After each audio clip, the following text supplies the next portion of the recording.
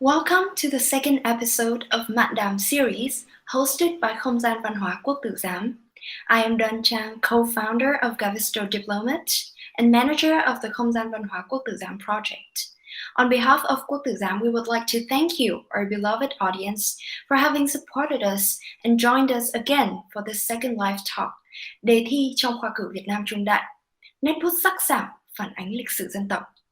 And as a manner of saying our gratitude, we have been working very hard so that we could bring here to you a very special guest, Professor Wynn Gadkar-Wilcox, as well as my co-host, Dan Nguyen. Professor Wilcox is now a faculty member of the History Department at Western Connecticut State University. He specializes in intellectual history and non-Western cultures with extended research on the Vietnamese contemporary and modern history. His first publication was Allegories of the Vietnamese Past, which examines how contemporary historians have used 18th and 19th century events in Vietnamese history as justifications for their 20th century ideologies. He has also been studying on the 1862, 1868, and 1877 Vietnamese civil examinations held by the Nguyen dynasty as a source of information about intellectual divisions in Vietnam in the 19th century. So please welcome Professor Wilcox. And our second guest, Nguyễn Thuỵ Đan, is a PhD student in Vietnamese history from Columbia University. He focuses on the intellectual history of the early Nguyen dynasty. His research interests include Nguyen dynasty Neo-Confucianism, the Ming diaspora in Vietnam, discourses of loyalism, and the formation of cultural categories of identity in early Nguyen dynasty in Vietnam. So Professor Wilcox, before we delve into today's topic, can you tell us briefly how studying Vietnamese history has become your academic focus, and specifically studying the civil examinations during the Nguyen dynasty? Well, thank you very much for that wonderful introduction. I came to study Vietnamese history originally because I grew up in the San Francisco Bay Area in the 1990s, along with in an area where there were a number of refugees, Vietnamese refugees who had come to the United States in the aftermath of 1975. And so many of them were my friends. And as a consequence of that, I decided to fulfill my language requirement at the University of California by studying Vietnamese. And I had originally intended to pursue a career studying medieval England, but I was told by my mentor that it was unlikely that I could succeed in graduate school because I had never studied Latin. So he had asked me what languages I'd studied, and I told him that I'd studied Spanish and Vietnamese. And so he said to pick a country in which one of those languages was spoken. So I started studying Vietnamese history for that reason and enjoyed it. At the time, Cal had just hired a professor, Peter Zinnemann, with those interests, so I was able to take his classes. The examinations themselves, actually, this topic became of interest to me because I had read Mai Elliott's memoir maybe 15 years ago, and she had mentioned her ancestor, Zun Kui, who had passed the exam, I think in 1868, and various family stories about what the exam was about and what he had written. Unfortunately, his exam answer doesn't survive, but it got me wondering whether the questions and answers to these policy questions from the Tự Đức era might still exist. And I found out that they do exist in compilations. And so that started this particular research project. Thank you. Do you think that it was a sudden turn for your entire career, studying Vietnamese? Oh, I suppose it was. Um, I I find almost all areas of history to be very interesting, uh, but it uh, it turns out that Vietnamese history is particularly interesting for a lot of reasons that have to do with the geographical position of Vietnam in the world, uh, and the sort of diversity of opinion and language and thought that goes along with it. So it was um, originally kind of a random choice, but it turns out that it has been for the best. Thank you. And being on the show with you here today is another person who has a little bit similar background, right? Dan, you grew up in California. You were born in the US, but independently studied classical Chinese and Nome from a very young age. You are now studying Vietnamese history and medieval literature at Columbia University. That's one of the most prestigious universities in the world, particularly for its Asian studies. What gave you such inspiration? Hi, thank you. It's also quite a random series of events, but I think part of it was I visited Văn Miếu Quốc Tử Giám as a child, actually, maybe when I was around 12 or so, and being there at Quốc Tử Giám, it left quite an impression on me. Not only Quốc Tử Giám, but also when I visited the tombs of the Nguyen emperors on that same trip to Vietnam when I was a kid. And I think kind of the evocative atmosphere of those places, it left quite a deep impression on my imagination of the past and of my own history, my own culture, right? And so that was a big part of it. And the other more mundane part is I spent a lot of time with my grandmother growing up, and I liked the stories she told about her childhood and about Vietnam when she was a young woman. And so those are kind of the two big influences on how I got into Vietnamese history and literature. Thank you, Dan. It was a touching and at the same time inspiring for us young audience watching the show. Professor Wilcox, a lot of the younger audience were excited about this show and specifically your presence earlier that sent a lot of messages to our fan page. So before we talk about the topic, could you give them some more background information? For example, what was the civil examination and when was it introduced to Vietnam? Sure. That's going to require a rather long answer. So some form of civil service examination dates back to Han times, where it was used as a supplement for existing ways of recruiting people into the official bureaucracy of the Han Dynasty in the north in China. So most officials gained positions through systems of recommendation or through simply going up the ranks. But at times when there were fewer officials than were needed and recruitment tours didn't yield enough officials, then occasionally basic examinations were used. If you fast forward then to the Sui dynasty, the system of examinations overtook the previous system of recommendations, and by the Tang, it began to be more regularized throughout the empire as the main means of recruitment. And then in the Song dynasty, the examination as sort of was known for the rest of the time.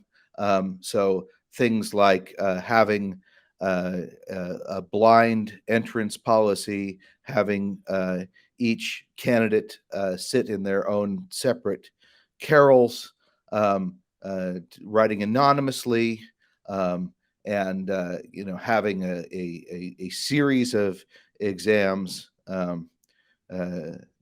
going from local to metropolitan to the Palace exam, and a series of titles that would go along with it. All of these things were created at that time. So in Vietnam, in fact, during Tang times, there were people from what's now northern Vietnam who passed the Tang exams, some of whom became quite prominent during this time in which the northern part of Vietnam is administered as a part of China. So, in fact, from that point of view, you can say that Vietnamese experiences with the exam, however one conceives of Vietnam at the time, date back then to at least the early 9th century.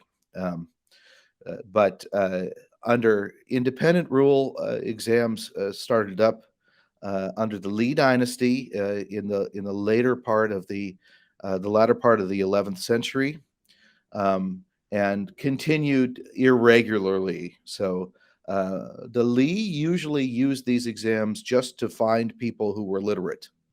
That was their major aim, not to, it wasn't ideological. So they held irregular exams on topics related to Confucianism and Buddhism and Taoism. And these exams were not particularly organized.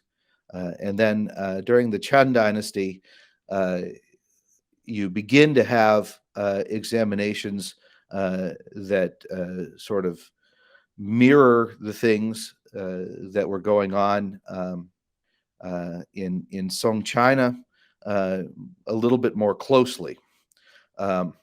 And although there still are Buddhist elements to those exams all throughout this time.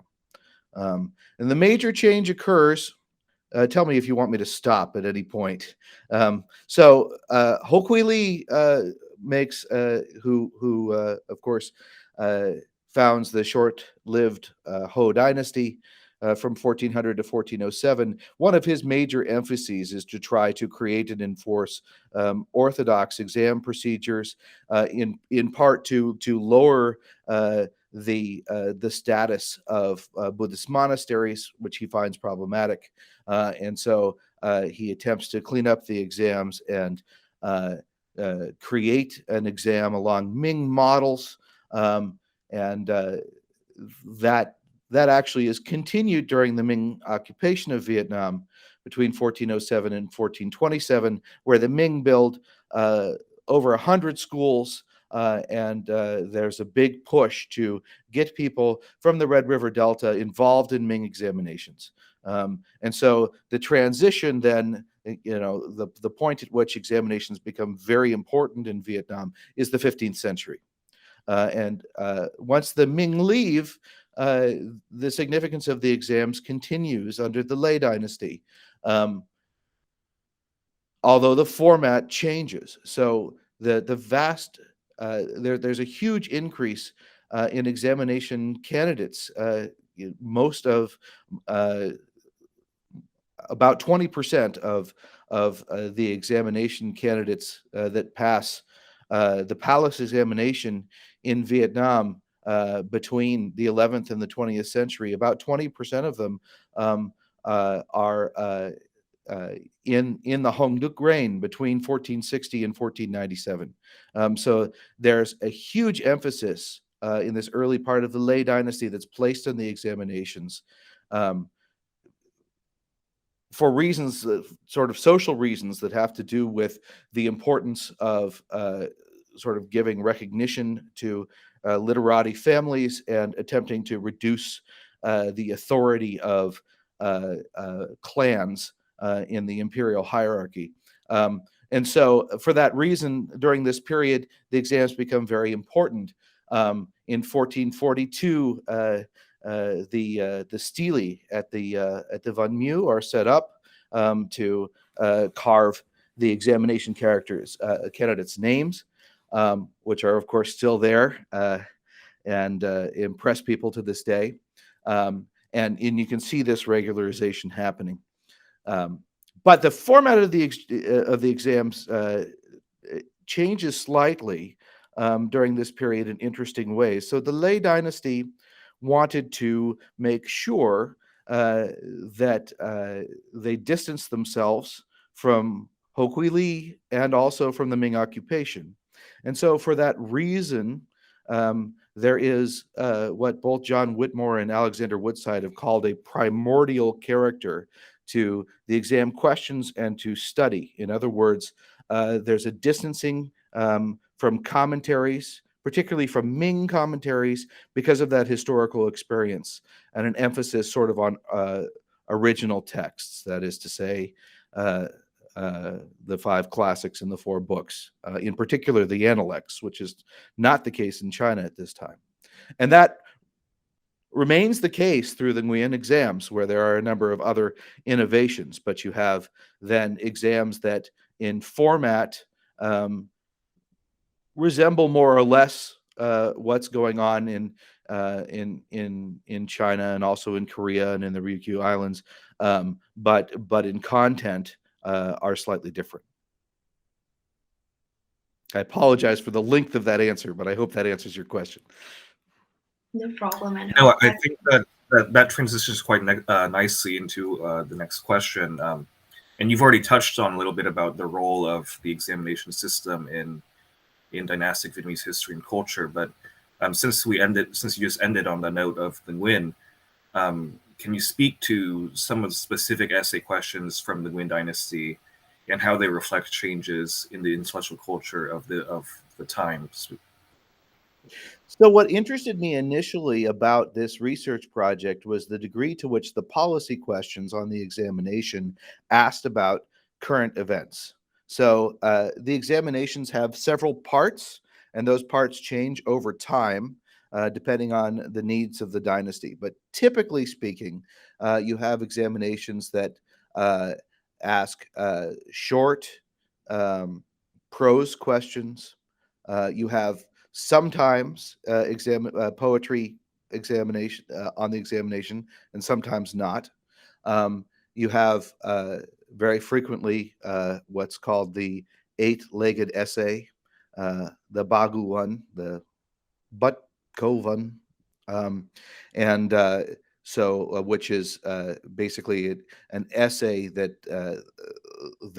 goes about a certain regulated rhetorical profile. And then you have the policy questions, which are intended to apply the classical canon and the histories and other works to a question that might come up of strategy or policy. But generally speaking, in earlier eras, and also in the Chinese case, as far as I can tell, even though contemporary issues might be in the background of questions, they're rarely foregrounded.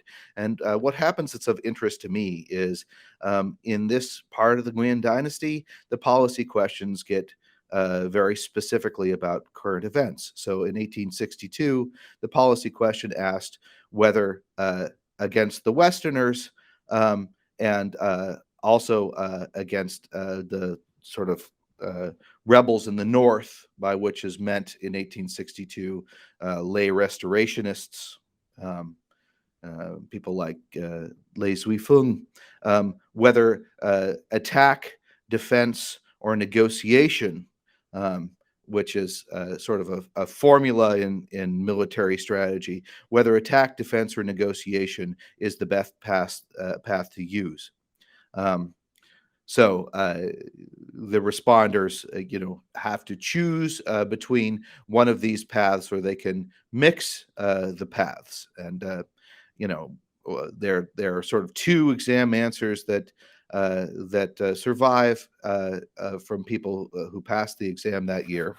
And in fact, there weren't very many people who passed. There were only 6 people who passed the exam in 1862. But they have different answers. So one of them suggests defense, and the other suggests negotiation in the form of paying off the French with substantial payments.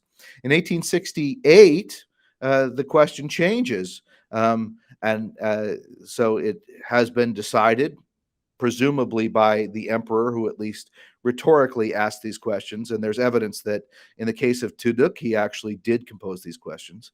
Now he says, well, it's unclear whether this formula works. We're not sure whether attack, defense, or negotiation are going to work.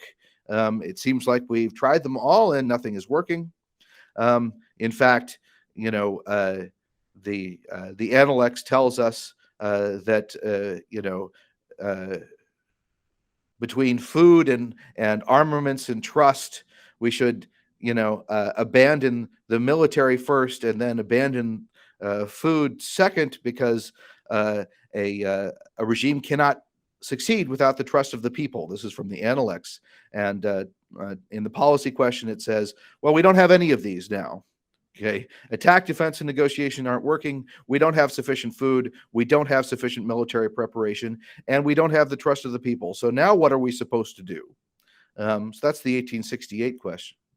And then the 1877 question, which was the other one that I initially focused it on, then sort of switches out of this mode of trying to. So in these first two cases, really what's going on is that Europeans are there's a categorization going on, based on whether they're like the Xiongnu or like the Tanguts, or whether they're like Timur, or whether they're like the Mongols. Attack or defense or negotiation would be chosen. But in 1877, this is abandoned, and the policy question asks, what is the history of these people from Europe? If they're so powerful, why aren't they mentioned in the classics? Why do we know so little about them? How have they become so wealthy? Why can't typical strategies of regulation regulate them? And furthermore, in regard to the French, they've been willing to cede back the 4 northern territories that were taken by Francis Garnier in 1873, but they don't give back the 6 territories in the south. How does this make any sense? Why will they give us back some territory but not other territory? So this is there. Of course, I can talk about other questions, but this gives you sort of an idea that the emperor is asking, or the emperor and or the people that are grading the exam are asking questions of critical importance to what's going on at the time. So besides being just the questions on the civil examination, it also represents the underlying story of the late Yuan dynasty in terms of political or economical and social aspects as well, right? So another question is, when you're studying on these questions and civil examinations, do you think there were some common criticisms of the examination system during this era? Okay. So these criticisms change as reformism, in particular reformism from China, becomes part of the popular discourse. So earlier on in the 19th century, criticisms of the exam have to do with favoritism for one region or for another. So, exam candidates might complain that the dynasty had a bias against Northerners and preferred, people from the Tuatian region to, these sorts of complaints were very common, even going back further. These kinds of garden variety accusations of bias.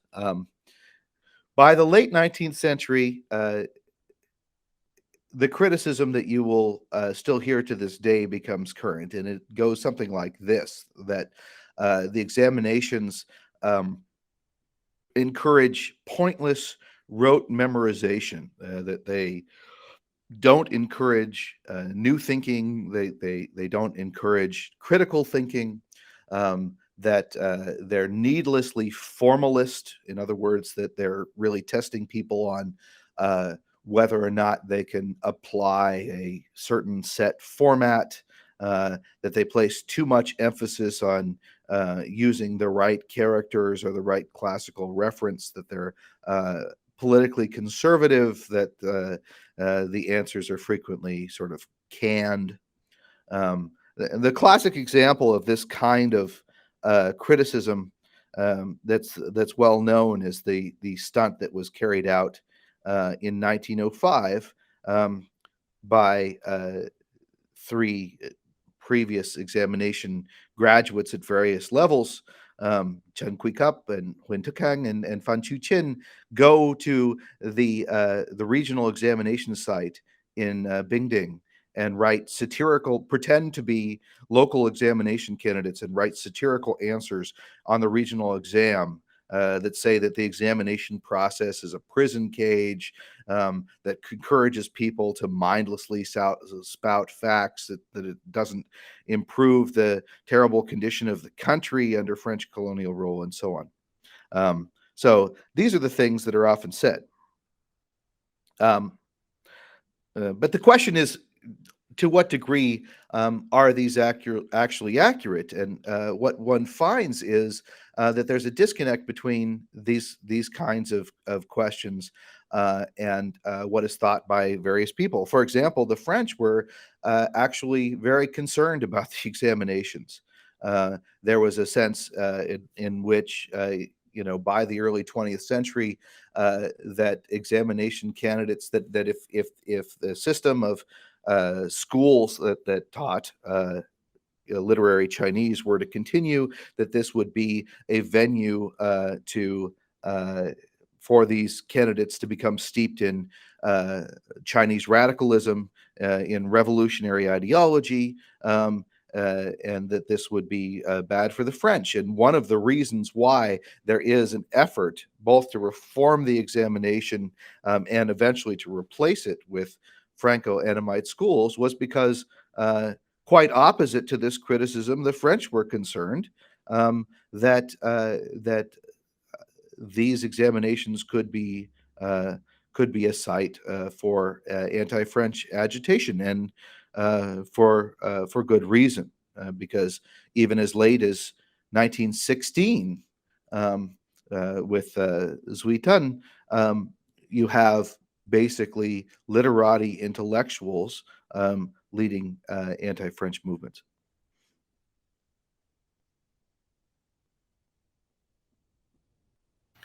I think that we've briefly touched on a kind of a broader topic, and that is in your discussion of the changing exam questions of the Tự Đức era. I think what you've touched on is that even within the examination system itself, there's a development of the thought that is being expressed, kind of the concerns and the way that they're being explored in the exam questions. And I have specifically in mind what you mentioned about the changing perception and the way that of the Europeans in the exam system, and how the questions on Europeans were they developed, right? So in the beginning, what you mentioned is that the questions regarding the European question is still kind of couched in a really early modern rhetoric or late medieval rhetoric of these northern tribes that were a problem for the various Sinitic dynasties, specifically the Song, right?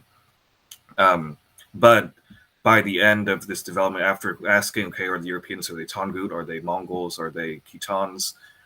Then there's a realization on part of the exam, the people making the exam and taking the exam, that, well, maybe the question is bigger than that. Maybe we don't have the proper framework maybe we're not discussing the Europeans in the proper framework.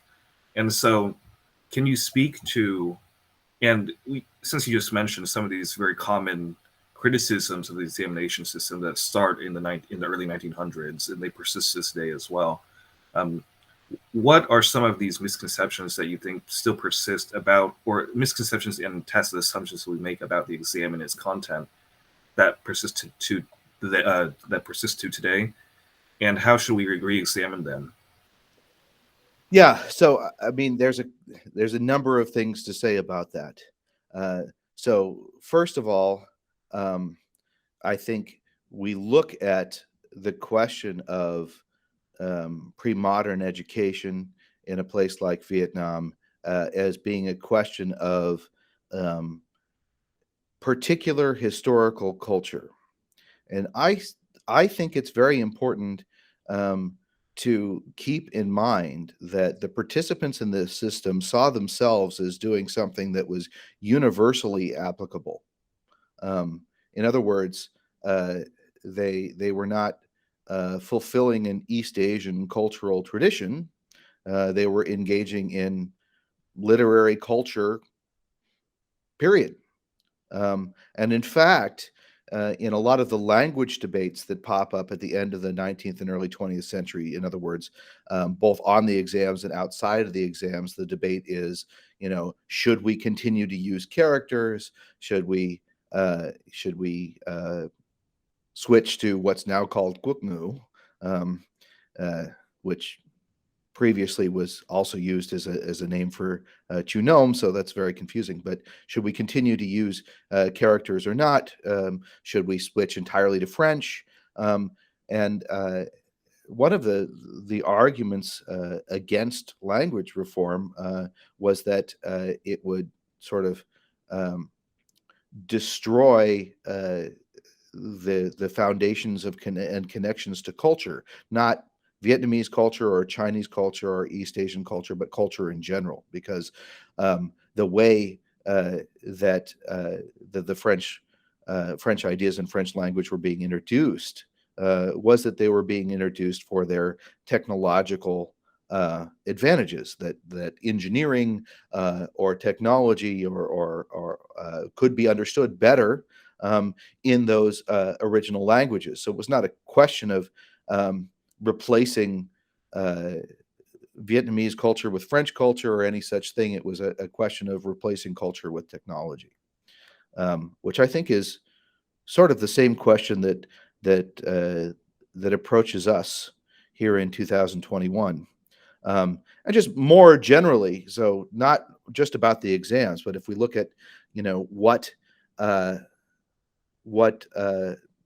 Zhao, what the school of scholarliness, or whatever one might call it, what Confucianism is actually about. Um, Fundamentally, it's not about reading a particular text or doing a particular ritual, because throughout this history, actually, the canon of text was quite broad, and on the examination, you can find lots of references to legalist texts, to Taoist texts, which were sort of interspersed unproblematically.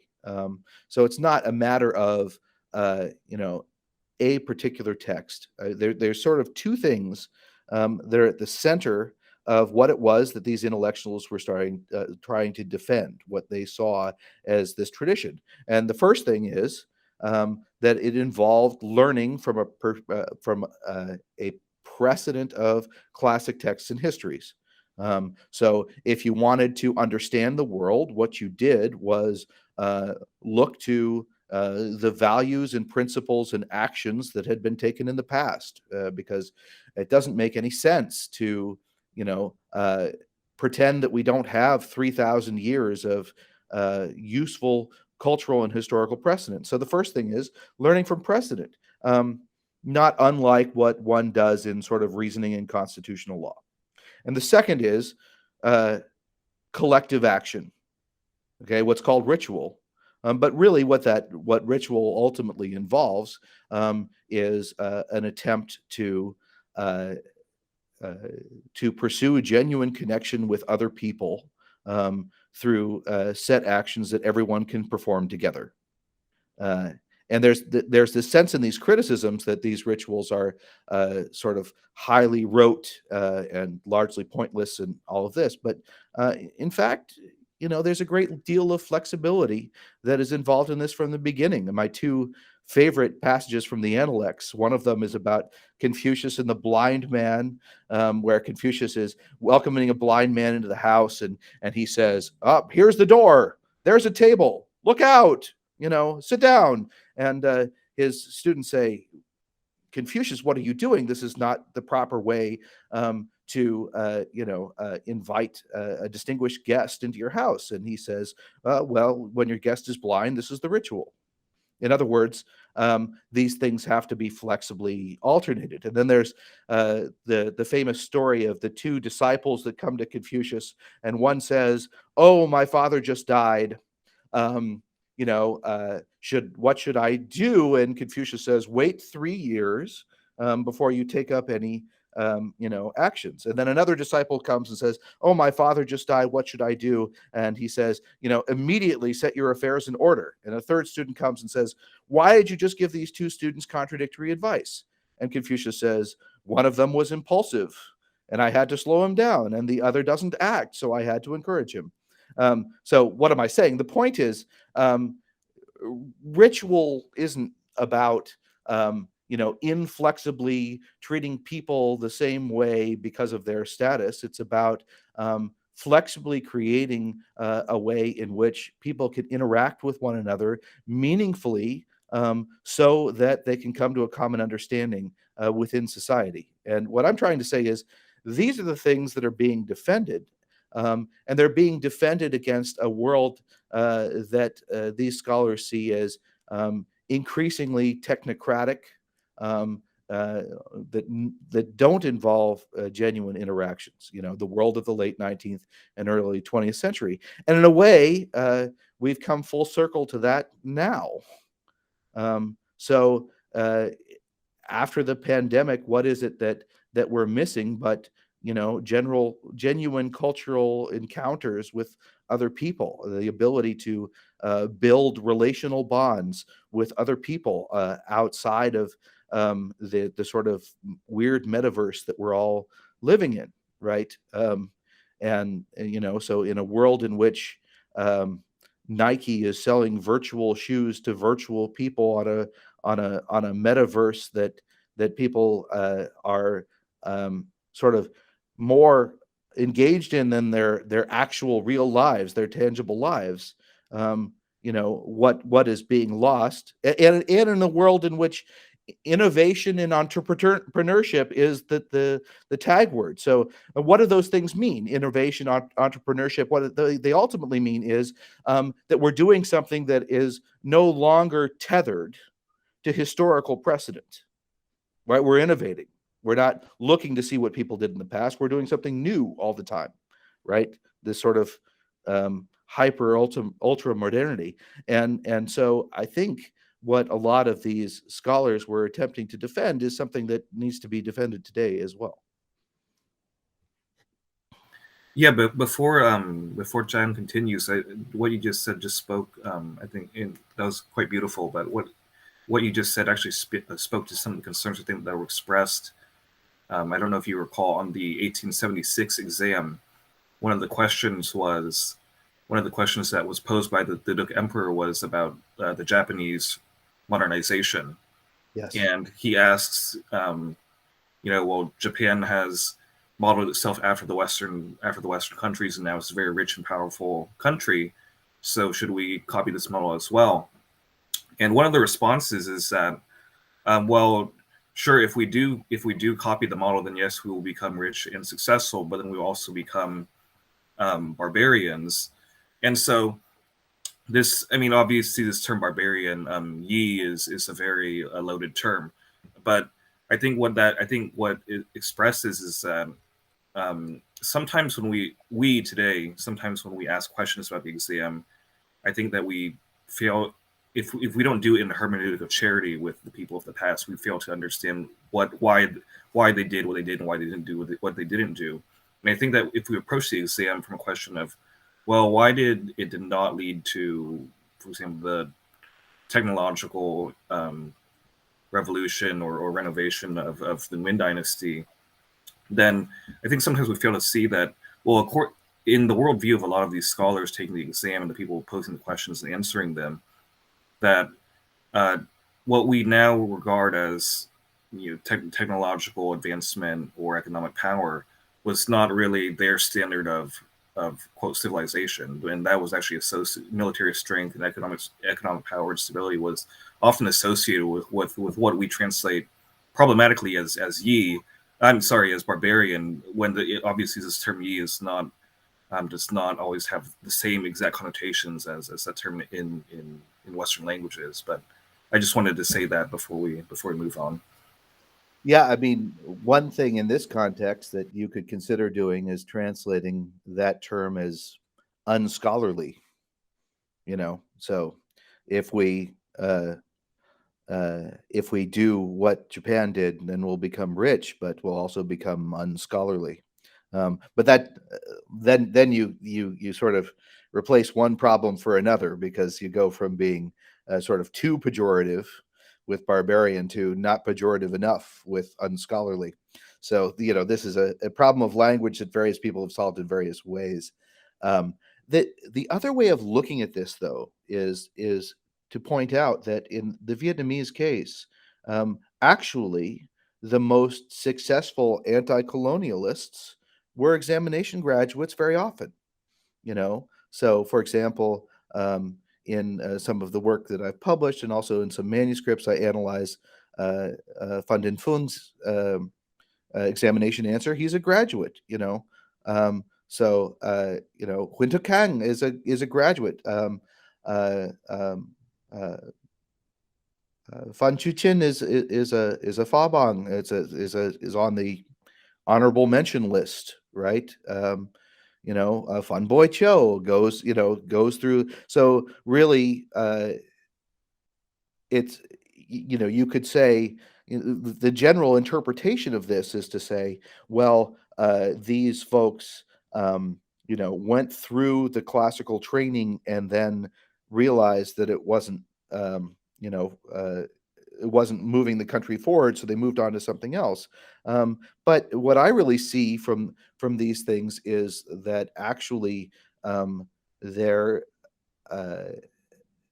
intellectual formation occurred within this training, and that what happens afterwards is really a continuation of that path in many ways. So, to say, okay, the examination system fails to provide an alternative means for modernization. I mean, I think this is only partially true, and the same could be true, could be said for the examination in other countries.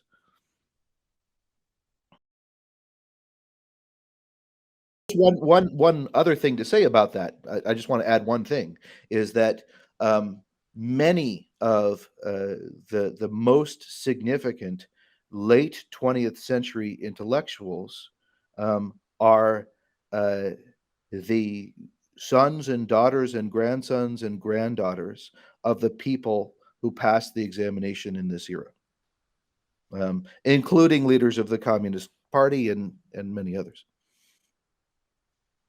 I just want to say one thing about the criticisms and the discourse surrounding the examination questions. I think from my observation, it's not just the questions themselves, but the entire school of Confucianism, especially during the 20th century. It went through a shift of power relations, and finally it was decreased into nothing but just social norms. And I think that was one of the most remarkable changes of the century, of the era, that leads to some of the discourse that still survives nowadays. For example, recently we talk about the Tiên học lễ hậu học văn citation being used in school, and people are arguing that it kills the students' ability to, improve, to develop critical thinking, and kind of their courage to, challenge themselves and challenge some certain systems. And from my observation, it's just it reflects how the school of Confucianism and the idea of ritual was decreased into social norms, and that's why people think that it's losing its significance in the modern society. Yeah. So what happened? I mean, there's an interesting example. The Vietnamese philosopher Nguyen Van Trung, in writing his ethics textbook in the 1960s, actually said in the preface, "I'm not including Confucianism in this textbook because as Confucianism simply consists of rehashing material from ancient times, it isn't really philosophy, and therefore has no place in an ethics textbook." But where does that idea come from? I mean, what happens um, in the 1910s and 1920s when the exam is eclipsed is that um, sort of two things happen at the same time. First of all, you have modern Vietnamese conservatives, we'll call them that. That may not be the right moniker, who begin to defend these things as tradition. And so the reason why the exams are important changes. It's no longer because we need this knowledge, it's because these exams are an important part of Asian cultural tradition and we are Asians. In other words, there's a particularistic justification. Okay. And when that happened, and then the other thing that happens during that time is both Vietnamese conservatives and the French begin to see that Confucianism can be useful for maintaining social order, and they begin to emphasize those texts in the tradition. In particular, the classic of filial piety, which is not of great importance in the 19th century, and to de-emphasize things like the Great Learning, for example, or the Mencius that could be used for potentially radical aims, right? And so by turning Confucianism into a historical relic and then changing the texts that are important to say, okay, what Confucianism is really about is, obeying your parents and therefore, obeying the state because, the five relationships and yada, yada, yada, and obeying your husband and so on. If that's really what Confucianism is about, right? So first of all, so Pham Nguyen and these sorts of people, and then also the French textbooks in philosophy and morality begin saying these kinds of things. And so the reaction against it by anti-colonial officials takes that as the true definition of what this material must actually be. So the and of course, if all Confucianism is the classic of filial piety and the three character classic and Tien Hop Lei, Hao Hop Van, like you said, if that's all it is, then these criticisms seem quite accurate in a way. And if you look at, I mean, as early as the mid 1930s, Dao Ziyang is saying, what is this Confucianism? It's keeping people in their place so that nothing ever changes. It's making sure that the rich stay rich and the poor stay poor. So this, and when you look at the definitions of Confucianism that Vietnamese conservatives and the French civil servants are offering, that criticism makes sense. But what it leaves out is 20 years earlier, that's not what this thing actually was. Thank you. And Dan, do you agree or do you have some other comments to add to that, Norms? No, I agree entirely, and I think that's why it's important to kind of when reading pre-modern texts and doing intellectual history to kind of recover as much as possible the concerns and the voices of the people of the past, and not to let our later biases creep in an anachronistic manner, because as Professor Wilcox has just mentioned, there was quite radical shifts in terms of how Confucianism was perceived, even by not just by people outside of so-called Confucian culture, but actually even within people, for example, like Pham Nguyen or people in Nam Phang, who were kind of the last, almost in a way, the last preservers of this culture, but their understanding of it was fundamentally different from that of their predecessors just 1 or 2 generations before that. And I think that's very important to keep in mind. Right. So I think that it was we can call it a systemic change to the entire understanding of Confucianism and the culture related to Confucianism in Vietnam. But before that shift of value systems and power relations, Professor Wilcox, what is unique about the Vietnamese examination system and Confucianism in Vietnam? So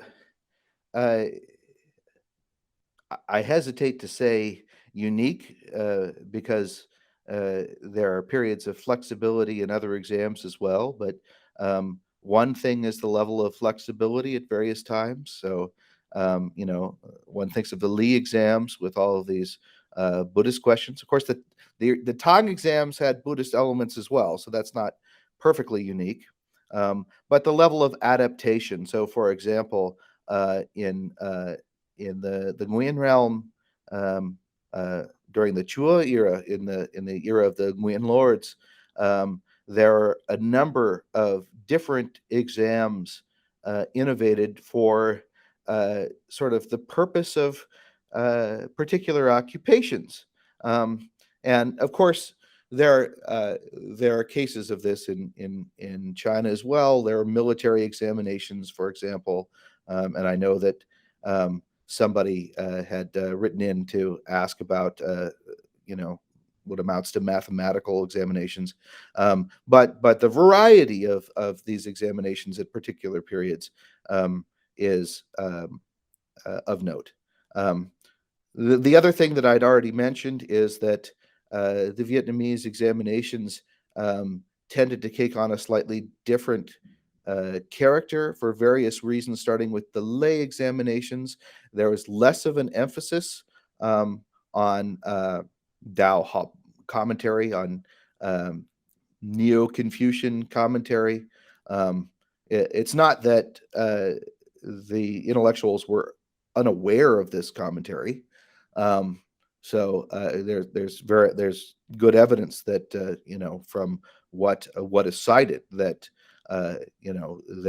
they were aware of Jushi, that they were aware of the Cheng brothers, that they were aware of Zhou Dunyi, that later on they were aware of the Wang Yangming school, but because, as I said, because of the historical legacy of Ho Kui Li and of the Ming occupation, there's slightly less emphasis on that, which is maybe a unique feature.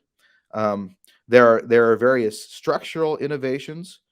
So, for example, the Pha Bang, the subordinate list or honorable mention list, is a uniquely Vietnamese innovation of the examinations, which the Nguyen create in 1829 for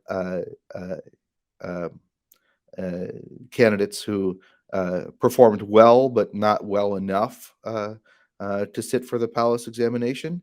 And indeed, many of the most important thinkers in the Nguyen dynasty, in the Nguyen era, are people who achieved this Pha Bang distinction, which is unique to Vietnam.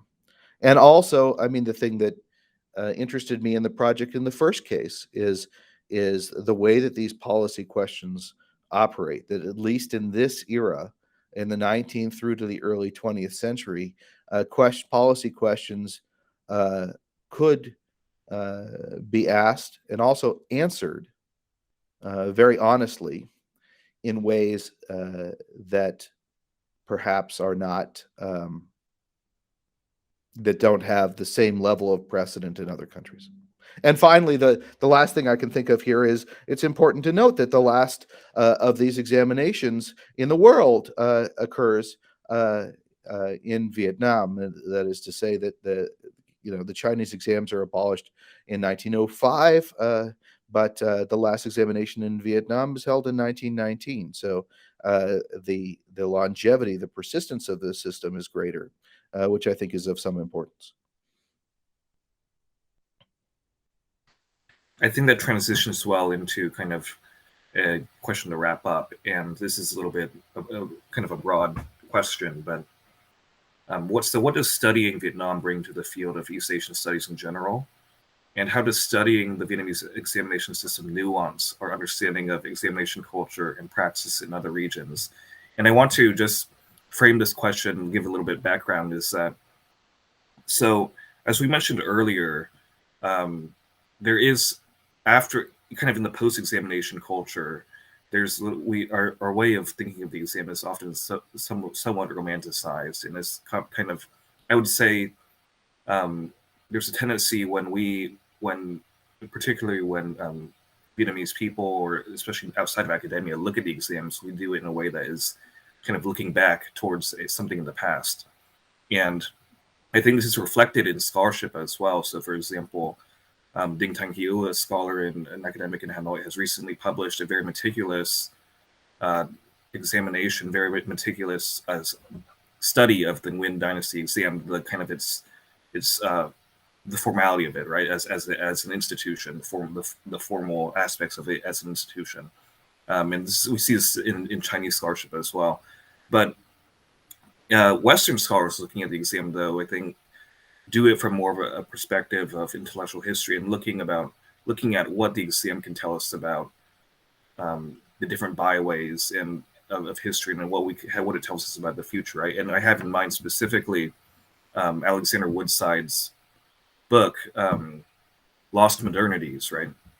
Where the whole idea of Lost Modernities is that he looks at the examination system in China, Korea, and Vietnam.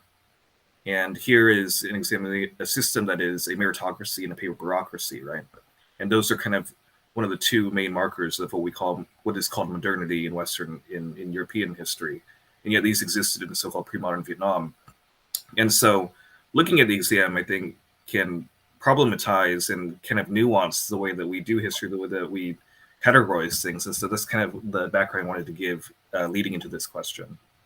Yes, and I would point out that Dinh Thanh Hieu has also done really excellent work on the policy question responses. So, I mean, but the one thing that what you're saying points out, and I also don't think, Lost Modernities is a great book. But if I may make a really overbroad generalization, I think both in sort of studies in Vietnam and also internationally, there is a tendency to be more interested in examinations as social history and less interested in the examinations as intellectual history. What I mean by that is examinations are seen as a way to understand how various people climbed the ladder of success, how particular families could become elite, how the structure of society changed socioeconomically. And I think we want to not neglect the way that examinations interact with things like modernization, how they become sort of petri dishes for how intellectuals grasp with westernization and imperialism. And this is important because we actually have in these compilations copies of many of the policy question responses, which can be very useful. And also we have I haven't examined them, but questions of, we have some of the, shorter prose questions. We have some of the poetry. And so these should be mined more to understand what people thought. And of course, there are people who have done that and who are doing that, but in Vietnamese history, I think I'd like to see more of that done. Thank you, Professor Wilcox. I think that that answer has wrapped up well the topic that we have talked about, and also put out some thoughts for the future works. Can I actually? I forgot one thing, which is that this is very much it's not like the examinations are entirely dead. One thing that Woodside points out in that the book Lost Modernities that you were just mentioning is that actually the the innovators of the American civil service examination and also of some civil service examinations in Europe actively examined the civil service examinations in China as a model for what they were doing. So, if somebody passes a state licensing exam in California, there's a kernel of this system that's in that. And of course, um, uh, today, Vietnamese uh, still pass state examinations on subjects, and they still go pray to Confucius before they go to the exam. And so there are aspects of this. There are more aspects of this that remain not only in East Asia but around the world than we might think. Thank you very much for your answer. And prior to the talk, we have asked the audience to send in their questions for Professor Wilcox and Dan, the questions that are related to our topic. And I believe that you're also excited to know about their interest, right? The first question comes from an audience named Nguyễn Ngọc. She asked, với những đề thi có tính thời đại và phản ánh nhiều khía cạnh về văn hóa xã hội Việt Nam như vậy, người đi thi đã ứng đối thế nào? Có những bài thi nào được lưu lại hay không ạ? Về vấn đề nghiên cứu văn hóa Đông Á từ đề thi, diễn giả có thể cho em biết về so sánh tương quan giữa đề thi Việt Nam với các nước Đông Nam Á cùng thời điểm thì có gì khác biệt và đánh giá theo những tiêu chí nào? Em cảm ơn. Professor Wilcox, do you have some idea to answer this question? Trước hết, tôi muốn nói cảm ơn cho câu hỏi hết sức quan trọng. Nhưng mà nếu tôi tiếp tục trả lời bằng tiếng Anh thì có lẽ dễ hơn. So the first thing is the question is asking about the existence of these exam answers and how people responded to them, how the candidates responded.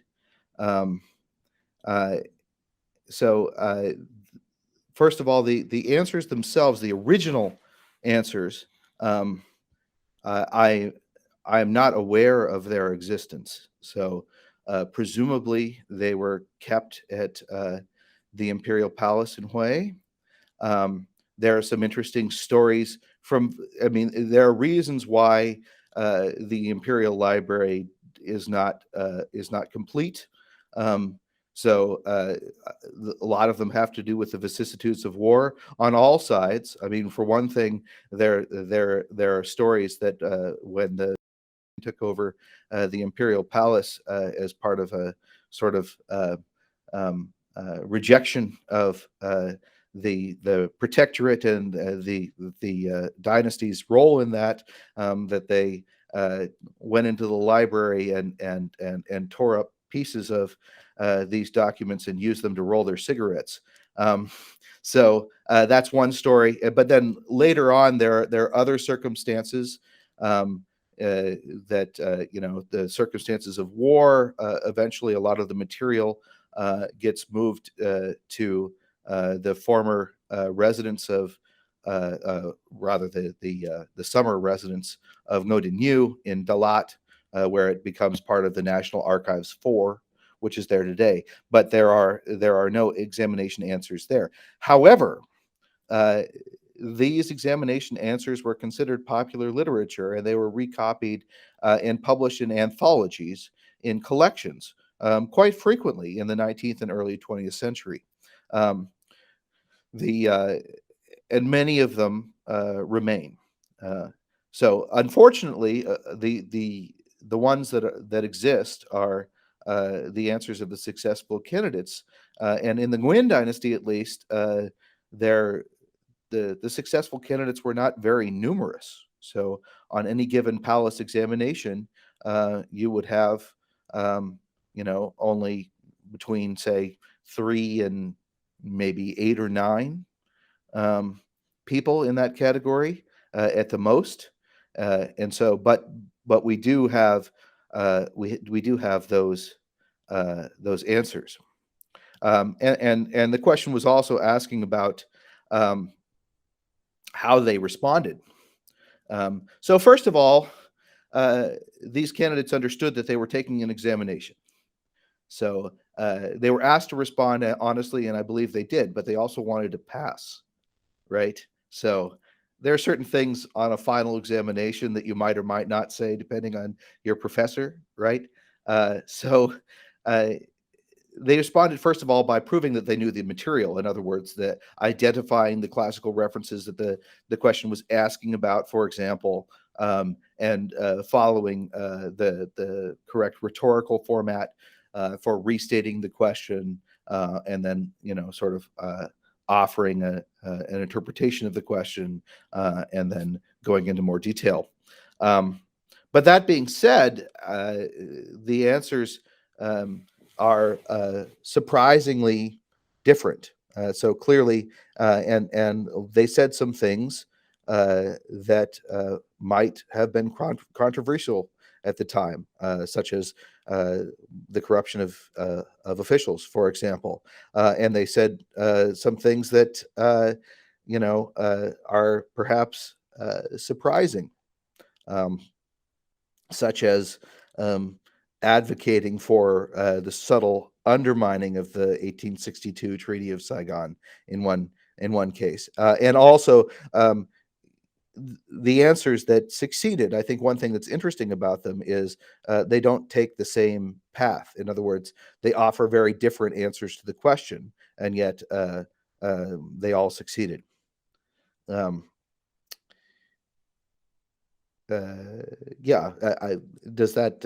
Is that sufficient, you think?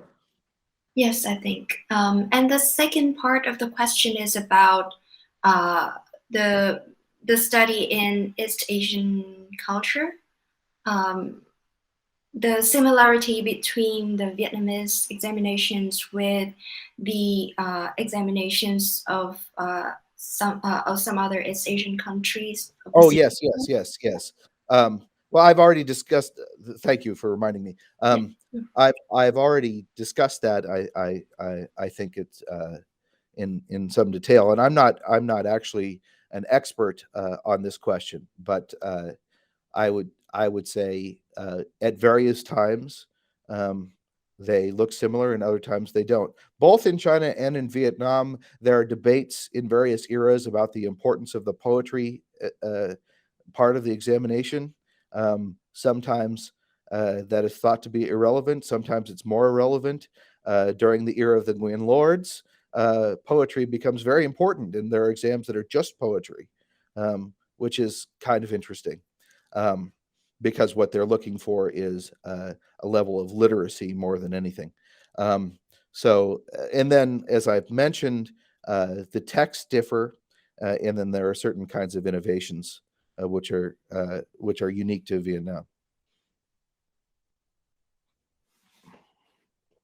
And Dan, you're researching a lot on the East Asian culture. Do you want to add some comments for that question?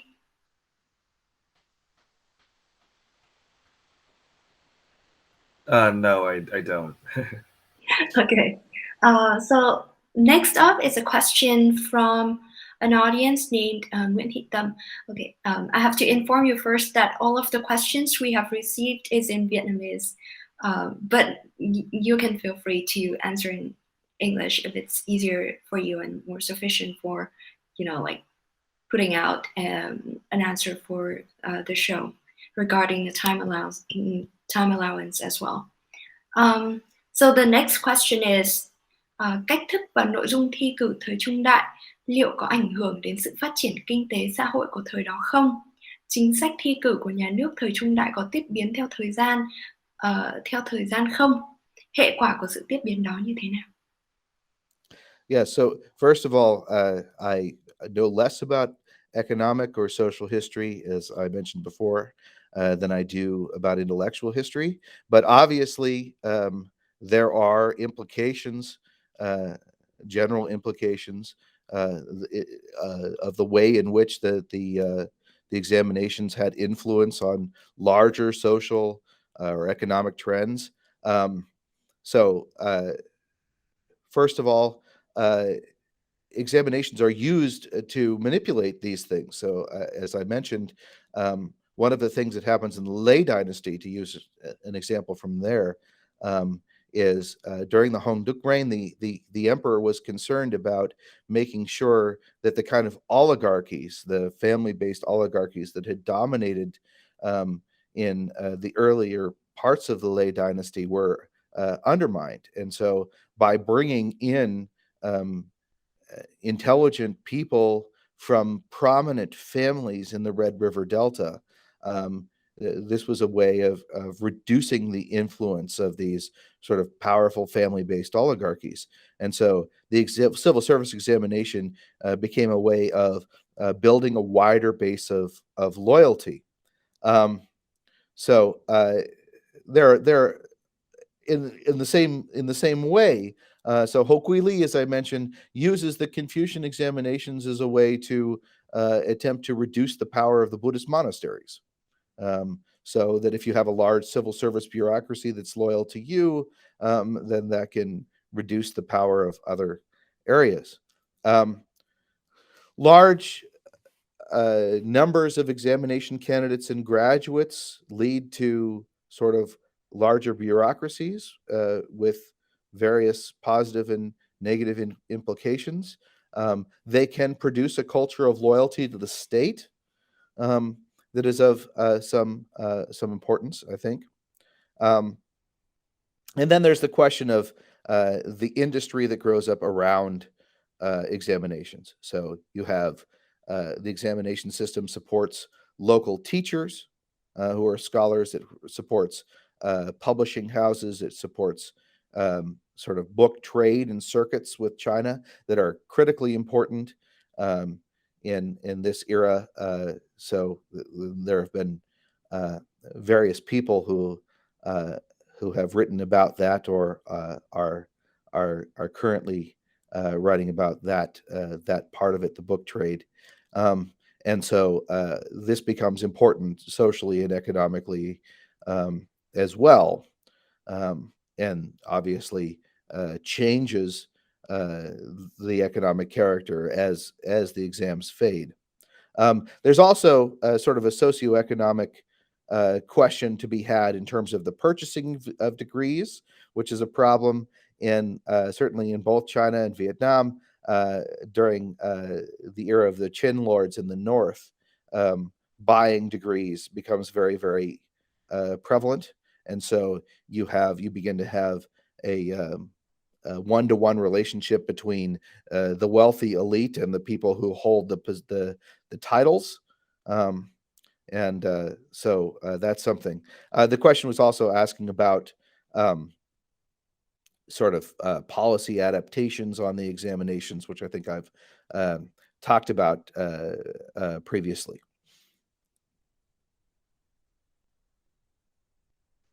And here's the last question from the audience today. He asked, nội dung nào trong đề thi thể hiện bản sắc riêng của chế độ khoa cử Việt Nam?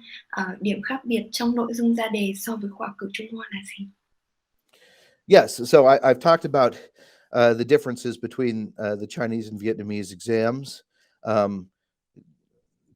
It depends on the period, really, but some of the key differences are the reduction in the importance of commentaries, especially from the sort of mid-Lei dynasty on.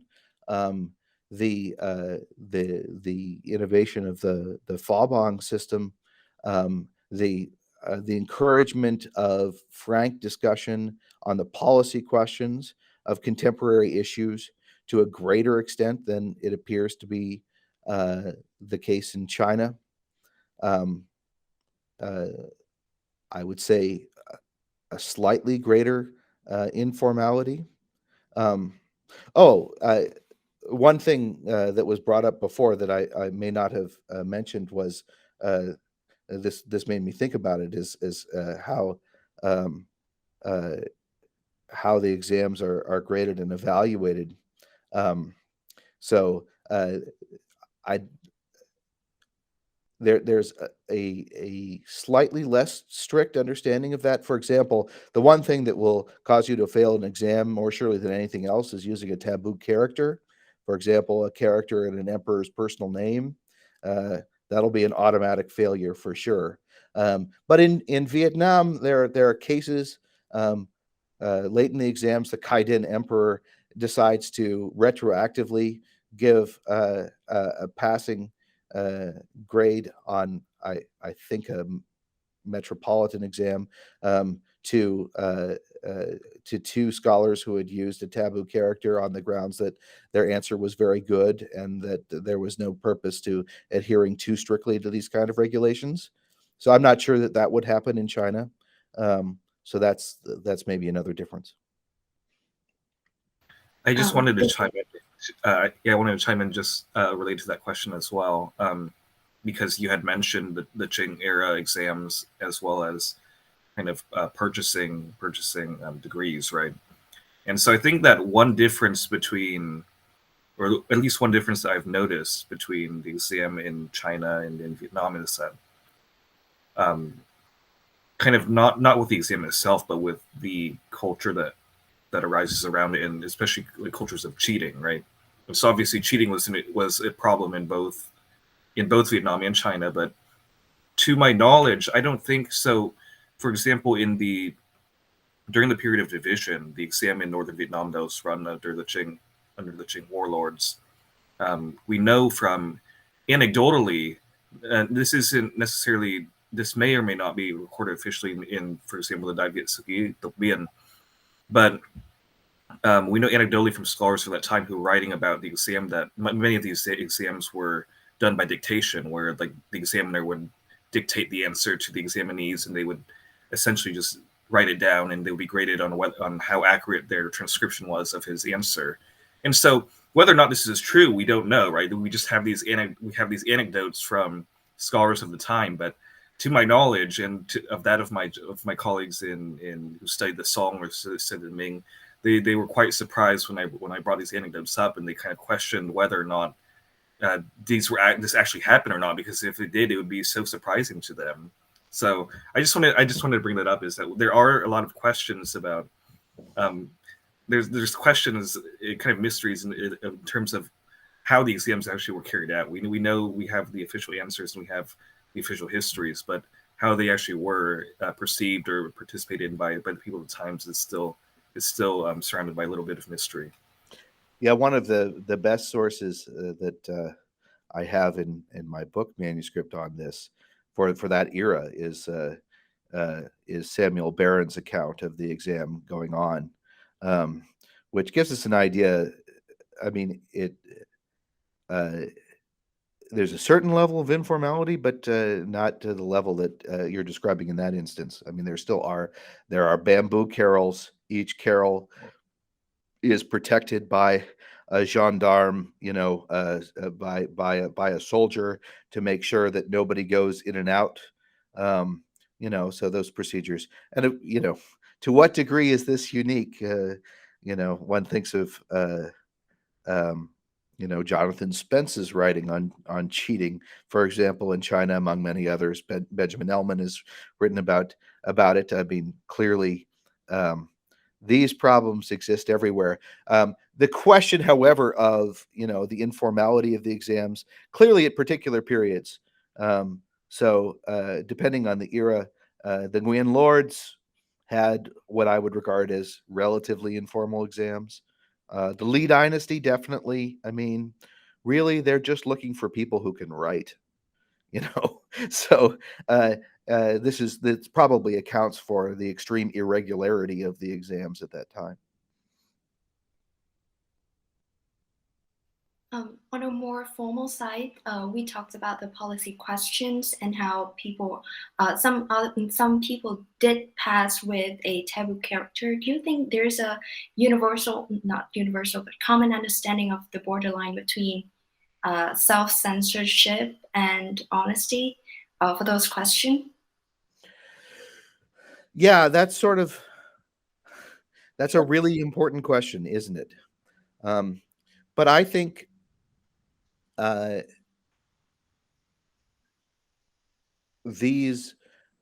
I mean, my sense is the examinees are asked to be honest in the questions, and that within reason, uh, they generally are. Um, so up to and including criticisms of the emperor's previous policies, in several cases. Um, so and criticisms of the corruption of officials, although mostly they're not named. Um, but it's hard to tell. I mean, on any examination, I mean, I just gave some final examinations. Uh, do I know for sure whether my students cheated, or whether they were being completely honest in their answers? I don't. But I would think if the only purpose uh, was to say whatever it was necessary to pass the exam, then without getting into great detail, these candidates wouldn't take the risks that they appear to take. They would in each case give the least controversial answer, and that doesn't seem to have been what they did. Thank you so much for your answers. So thank you for your sharings with the audience today. I hope that people who are watching this show have found the answers to their questions, as well as enjoying a beautiful Sunday morning with our guest, Professor Wilcox and Dan Nguyen.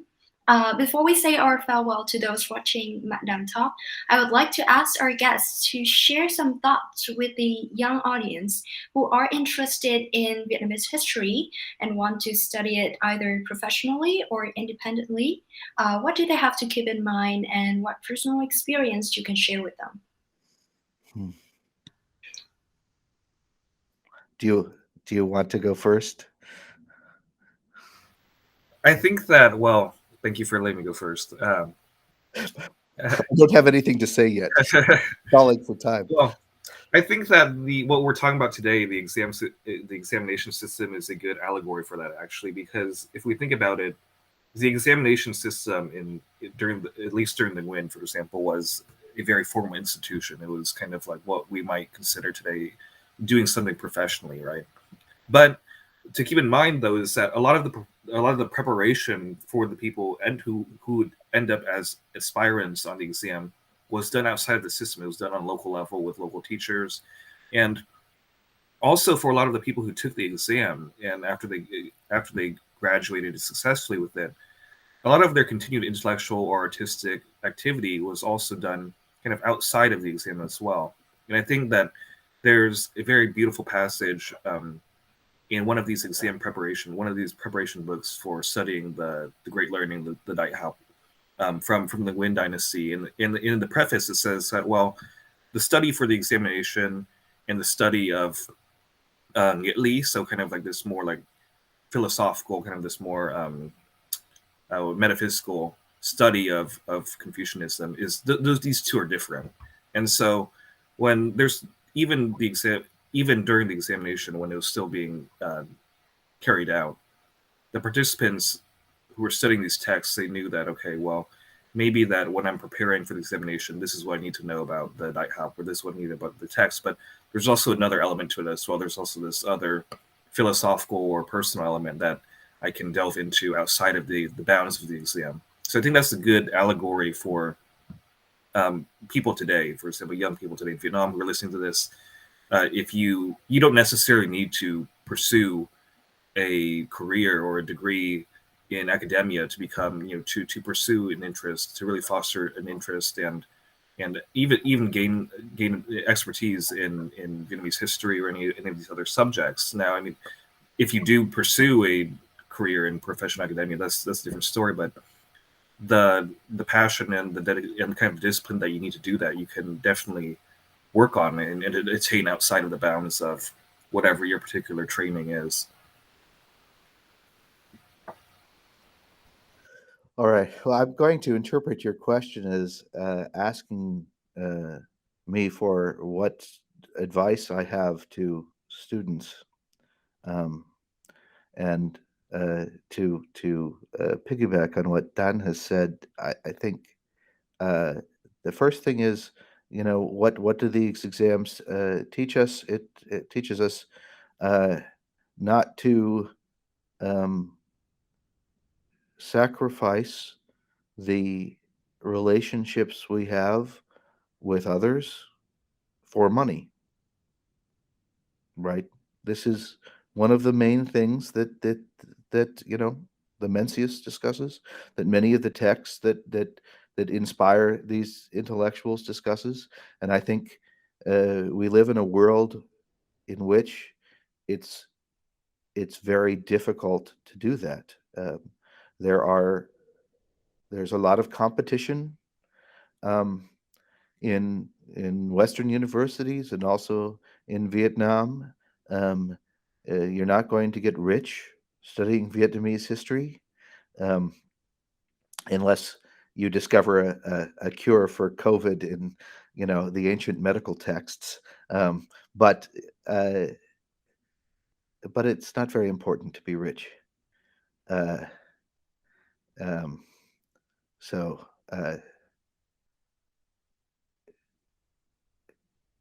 I think there's so many things that are worth pursuing that are not specifically pursued. And the beauty of Vietnamese history is there are so many different kinds of people that come into it and out of it, and so many strange, wonderful phenomena from all sorts of different angles. Indian priests advising the throne, whale worship, spirit cults,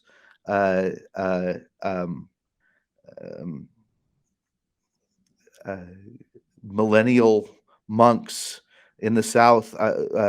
There's just such a wide variety of fascinating things to study, and they require a great deal of work and linguistic expertise and all of that. And I would say to students, don't be afraid to take the time, and also to find a community of scholars to help you. You would be surprised that people who study Vietnam in Vietnam and around the world are often very generous with their time and will not mind hearing from you in whatever language, and will gladly respond. And don't feel afraid to ask for help. Don't feel like you're in competition with other people, that you have to finish your work quickly, that you have to be, get a job and become, immediately successful. Pursue what you're passionate about, and let the rewards come to you. I think that would resonate with a lot of the young minds watching the show today. Thank you, Professor Wilcox and Dan, for sharing with us invaluable information about your research and also about your experiences. I hope that our beloved audience have had an enjoyable morning watching the show from everywhere in the country, despite the pandemic making it harder for us to meet and connect. Thank you for your attention, and we hope to see you again very soon on the next episode of Mạn Đàm series. This is the talk show series hosted by Gavisto Diplomat and Không gian văn hóa Quốc tử Giám. Thank you and see you again. Goodbye.